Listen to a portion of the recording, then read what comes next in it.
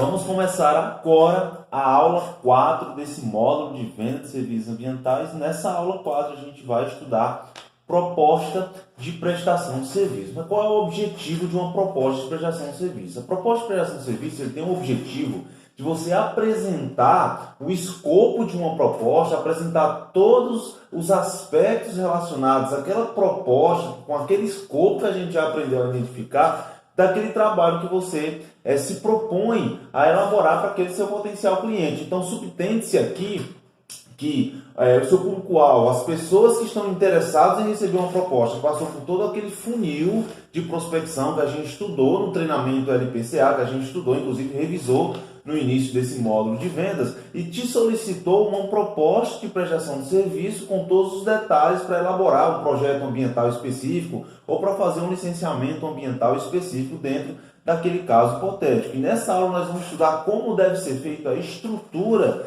dessa proposta de prestação de serviço, de modo que a elaboração dela, a forma que você apresenta essa proposta, aumente a chance de você receber um sim. Uma vez que na proposta você não vai ter a oportunidade muitas vezes de estar presente, explicando e argumentando os fatores relacionados àquele trabalho, àquela negociação que você está fazendo. Então é importante que você saiba como estruturar uma proposta de modo que aumente a chance de você receber um sim em relação ao sucesso desse serviço ambiental que você está se propondo a fazer. Então, como seria a apresentação, a estrutura? Primeiramente, é importante que você entenda que as pessoas julgam um livro pela capa. Então, a capa daquela proposta vai ser o primeiro freio que a pessoa vai ter. Quando o empreendedor, o seu potencial cliente, que passou por todo aquele funil, receber aquela proposta, a primeira coisa que ele vai ver é a capa. Então, é importante que você coloque uma capa na sua proposta. Isso é um erro muito comum.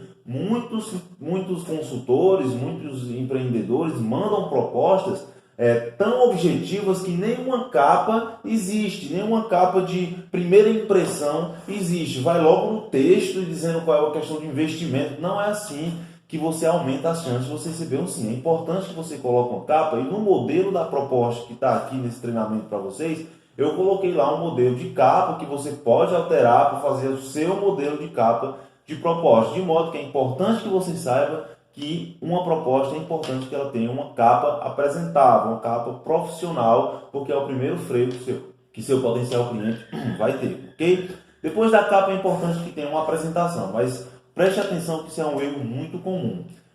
A maioria das pessoas tendem a colocar na proposta de prestação de serviço, na primeira etapa, que é a apresentação, o primeiro capítulo, que é a apresentação, uma apresentação da sua empresa, da sua consultoria. Na verdade, não é assim que você deve tratar uma proposta de prestação de serviço. Por quê? Porque, como eu falei para vocês no início dessa aula, se o empreendedor, se seu potencial cliente está te pedindo uma proposta, é porque de alguma forma ele já chegou perto do que você faz, ele já conhece o seu trabalho, ou ele passou por aquele funil de prospecção estratégico que a gente ensinou nesse treinamento, ou ele teve uma indicação da sua empresa, de alguma forma ele já conhece o que você faz, ele já te conhece e já conhece a sua empresa. Então, torna-se desnecessário você colocar uma apresentação da sua empresa, uma vez que o seu potencial cliente já conhece o bastante, já conhece o suficiente para te mandar uma solicitação de uma proposta de prestação de serviço. Então, torna-se desnecessário, torna-se uma informação que não necessariamente precisa estar lá. E é interessante que você entenda que uma proposta de prestação de serviço tem que ser objetiva, porque as pessoas não têm tempo de estar lendo textos e mais textos que não sejam objetivos, que não vai tocar realmente no que realmente interessa para uma proposta. Então, na apresentação, ao invés de você colocar os dados da sua empresa, você tem que focar em dois fatores principais. Primeiro, a dor. Você tem que mostrar na proposta que você realmente entendeu qual é o problema do seu potencial cliente, que no caso seria o escopo daquela aula de precificação que a gente explicou aqui para vocês. Então, você tem que mostrar nessa primeira etapa que você entendeu qual é o problema e qual é a dor que você vai solucionar. Uma vez que você mostra isso com uma clareza e com objetividade, com representatividade, por isso é importante você realmente entender qual é o escopo da sua proposta, você vai mostrar que toda essa proposta foi dimensionada cuidadosamente para apresentar a melhor solução para aquele problema específico, para aquela dor específica que o seu potencial cliente está sentindo no empreendimento dele, para aquele problema que você está se propondo a resolver. Então você pode identificar 5 ou 6 soluções para um problema só. Porém, o que você tem que apresentar é a melhor solução. Então você tem que mostrar nessa apresentação que você entendeu o problema do seu potencial cliente, que você realmente entendeu o problema, entendeu a dor e que você fez todos os esforços necessários para que aquela proposta apresente não só uma solução qualquer, mas a melhor solução para aquele problema específico daquele seu potencial cliente. Então são esses 2 fatores que precisam estar na apresentação da sua proposta comercial. Após a apresentação, vem a metodologia de execução.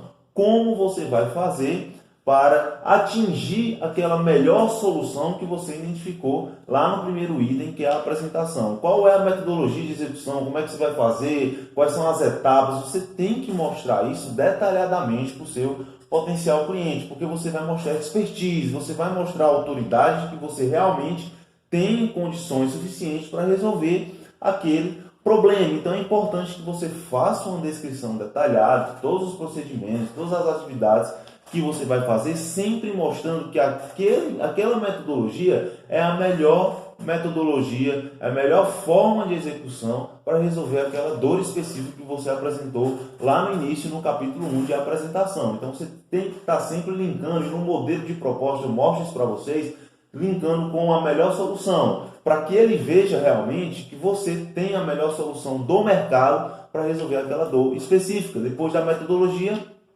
vem a equipe técnica. É importante que, se você tem uma equipe multidisciplinar que vai estar trabalhando naquele serviço ambiental, que vai estar totalmente envolvido na metodologia de execução, é importante que você coloque o nome dos profissionais, a formação acadêmica e o número do registro do conselho profissional, porque isso dá um ar de profissionalismo na proposta. Você mostra que tem uma equipe capacitada para resolver aquele problema, que não vai ser só você trabalhando, você vai contar com uma equipe de modo a atender a melhor solução para resolver aquela dor específica que você já vem apresentando desde o início dessa proposta de prestação de serviço. Então, se você tem uma equipe, coloca essa equipe na proposta. No próximo capítulo você vai falar de investimento. Note que você só fala em valores, precificação, investimento, depois que você já tem uma carga de valor muito alta, de valor de benefício da sua proposta muito alta dentro da proposta de prestação de serviço. Depois de você ter falado a apresentação, você ter mostrado realmente que entendeu tudo direitinho, você mostrou toda a metodologia de execução, você falou que vai fazer tantas vistorias no campo, que vai coletar dados, que vai usar os equipamentos XYZ, que vai coletar todas as informações, mostrou para a equipe que você está fazendo, uma equipe capacitada, uma equipe de profissionais que realmente tem a formação necessária para atender todas as necessidades, para resolver aquela dor específica, aí você fala do seu investimento, porque você está justificando todo o investimento e todas as condições de pagamento que você colocou naquela proposta. Então é uma forma de você colocar o máximo de valor positivo de benefício possível antes de você falar de precificação, antes de falar de investimento. Nesse capítulo de investimento